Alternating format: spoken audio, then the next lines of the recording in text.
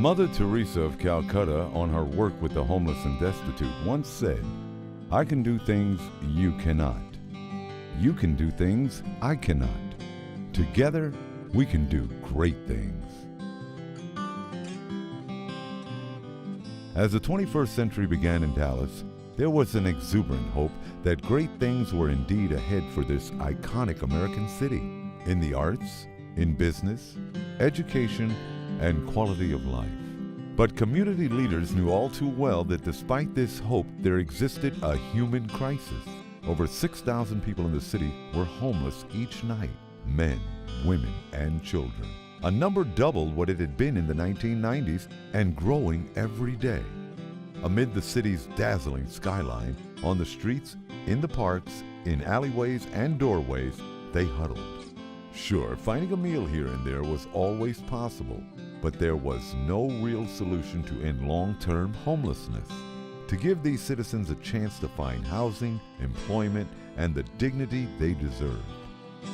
So while grand visions were conceived and drawn up for other aspects of the city, there was a growing understanding that Dallas could never be truly a great city unless all of its people could share in that grand promise. And with that, an idea was born. The year was 2003. Mayor Laura Miller and City Council announced that Dallas would devise a strategy to end long-term homelessness. There was a renewed national conversation about homelessness. Homelessness had been increasing. The period of time that people were experiencing homelessness had been lengthening. So the city and the Metro Dallas Homeless Alliance and the United Way had brought the service community, the homeless community together to assess services, recognize what was working, what was struggling, and what needed to be done. We recognized that the need we needed to address was not only homelessness, but the prolonged periods that people were experiencing homelessness. So we recognized we needed to do two things with the bridge. We needed to have a very engaging, welcoming set of activities because most people want basic, straightforward things when they come in. They want a meal, they want a shower. So we focused on that, but we recognized we had to take advantage of the rapport that we would build with people through those activities and as quickly as possible get to transitional programs in ways that would lead to long-term success by matching employment opportunities that they actually had skills for, by matching housing environments that complemented what their long-term needs were going to be. That's really the most dynamic part of the concept of the bridge. Not only did the community agree to invest in building the bridge, but we had a variety of partners agree to work with us towards those two objectives, meeting basic needs and linking them to transitional opportunities so that we can ultimately reduce long-term homelessness. Businessman Tom Dunning was appointed the city's first homeless czar in mid-2004. And a task force of civic and business leaders, social workers, healthcare professionals, and volunteers was formed a few months later. I'm in the men's transitional shelter at the bridge. And many people have asked me over the years, how did you get involved with the bridge? Well, it happened in probably June of 2004, and I received a call from Laura Miller, the mayor of Dallas, saying, "I want you to be my homeless czar." And I said, "What are you talking about?" And she said, "Well, George W. Bush, President of the United States, has come out with a plan to end the chronic homeless, a 10-year plan. And our council voted back in January to be part of it and to build a 75,000-foot new shelter. The problem is we don't know where to build it. Would you drive around and look at different locations?" And I said, yes. But what really sold me is when I went to the Day Resource Center. And I had actually seen that 15 years before when I headed a homeless effort for then Mayor Annette Strauss. And what shocked me is people were sleeping outside in tents. They were, if it was bad weather, they were sleeping side by side. Many were sick. It was just something that should not have happened and should not have been happening in Dallas. So with that, I said, I'll do it. But we looked in South Dallas, we looked in North Dallas, we looked on Harry Hines, And I'll say this, the council was 100% supportive of this location. The people on this committee are real heroes because they stood up. But you know what? This is one of the really fine examples of what Dallas is all about, and that is taking care of those people who need to be taken care of, who don't really have a voice in our city. I got the honor and the pleasure to sit on Tom Dunning's committee as he started to pull our strategy together and how we were going to deal with homelessness. Tom is the ultimate passionate pragmatist. I mean, he had real passion about this issue, but he was very pragmatic in how he approached it. He had quality people in the committee listening to different folks. He did best practices. And he talked to a lot of community folks. And let me tell you, there was a lot of community input on where we were going to put a homeless assistance center. He powered through the politics of that. We looked at different sites, and through his leadership, we ended up with a site that we're at today. So it would never have happened if Tom had not stepped up to the plate like this. After considering many locations and after heated debate throughout Dallas, City Council approved the current site. In 2005, things really began to happen. Camargo Copeland of Dallas and Overland Partners of San Antonio led the design process with the goal of creating a facility unlike any other, one of light, air, beauty, and a sense of dignity. A place that would take the homeless from despair to hope to home. It was no surprise that it would be called The Bridge. It was classic Dallas, public and private interests coming together with a bold vision, complementing each other all along the way, including the Meadows and Perot Foundations, the Harold Simmons Foundation, and the Mike and Mary Terry Family Foundation, plus citizens willing to vote with their hearts and their minds for something extraordinary. And vote they did. In late 2005, the community voted for an additional $23 million to build and operate this new facility.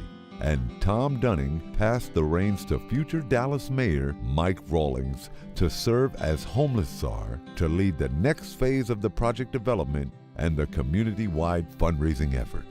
He really got the city council to endorse a bond election. And so it went to the voters. That's where I picked up the baton.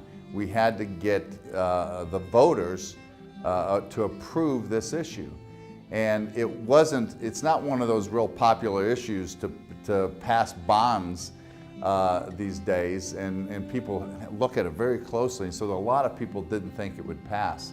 I was so proud that the citizens came to the forefront and passed this. They said, we do want to deal with our homeless issue. And we were able to build a beautiful building that ultimately won the Rudy Bruner Award. Even when the bridge was conceived, it was always conceived as a public-private partnership with the idea that the city would build the facility, then contract with a private 501c3, the bridge, to operate the facility. And that our funding would come from public sources, which it does. We get money from the federal government, from the state, from the county, and importantly from the city, but also from private philanthropy. And so for our budget, we get about 1/3 of our annual operating budget covered by private philanthropy. And so we're very grateful for our corporations, our foundations, and our donors for making those contributions so that our work can continue. It's critical to what we do here at the bridge. In addition to getting money for the operations of the bridge, we also get special gifts that help us out, and one of the manifestations of that is where I am today. So I'm here in Mac's Barbershop, and this space was refurbished and furnished by a generous gift from Casey McManaman and his family to honor his granddad, who was a barber, longtime barber in Dallas, Mac McManaman. And so it's just a place where people, our guests, can come and get haircuts, and then we have also guests who are trained to be barbers who come and work here in this barbershop. So it's a wonderful facility. We're grateful for the support of the McManaman family and for all of our donors for what they do, both in terms of providing us operational support as well as these special gifts that make the bridge as successful as it is. Construction began in January of 2006 for for the 75,000 square foot facility, and the City Council designated the Metro Dallas Homeless Alliance to manage the bridge. It was completed in May of 2008, and immediately its impact was felt. The bridge provided emergency shelter, transitional housing, care management, coordinated medical and behavioral health care, mental health and substance abuse services, and employment and benefits assistance, plus laundry facilities, a library, and storage for belongings, and of course, 3 meals every day. The bridge's unique design was also recognized as a sustainable complex, certified as a leadership in energy and environmental design. Well, when I come down to the bridge and see all the activity and the amazing things go on, I realize it's not just the bridge and its staff that are achieving the results and caring for our guests the way we do, but it takes the work of partners. We have on-site partners that are providing behavioral health care, providing a clinic for our folks, providing a place they can go and seek employment. So we have a number of on-site partners that work with us and with our guests during the day. We have off-site partners. We have partners who provide long-term housing, as well as partners that work with us on overnight shelter with our guests. And so the coordination and the collaboration that's required to make the bridge work is pretty amazing, and all that goes into it. And we know we share a mission and a vision with these other organizations to care for the homeless and to get them back into homes and off the street. We're particularly appreciative of our volunteers. We work with a number of volunteers in a number of ways throughout our organization, including those that come in to this barbershop that I'm in. And so we're grateful for all the support and all the help we get from our organization and from our volunteers. Today, the bridge continues to redefine homeless recovery in America. In fact, civic leaders from cities throughout the world continue to use Dallas and the bridge as a model of how to do things right. So we feel affirmed, we feel a renewed call to action. We've had success with our target population. We've seen the group experiencing long-term homelessness significantly reduced. And we're confident that we can keep people from that situation. We're confident that in Dallas we can ensure that people don't need to be homeless for years upon years. But as long as there's poverty, there's a need for a response. As long as there's homelessness, there's going to be a need for our type of activities. And we're working hard to be as efficient as we can in continuing to respond. Today, over 1 million people in Dallas live at or below the poverty line, a harsh reminder of the roots of homelessness. So while we know what works, we also know what more is needed, what still needs to be done. I know this city has got a big heart, and I see it day in and day out, and it's great to have something very tangible to point to and say, this is happening because we believe in taking care of our fellow men and women. The citizens passing this election, the philanthropists coming to the table and giving what they've done, the professionals collaborating, that shows to me proof positive that Dallas is one of the biggest, hardest cities in the nation. As its name implies, the bridge was built to take the homeless across what was once thought to be an impassable divide. But it has done much more.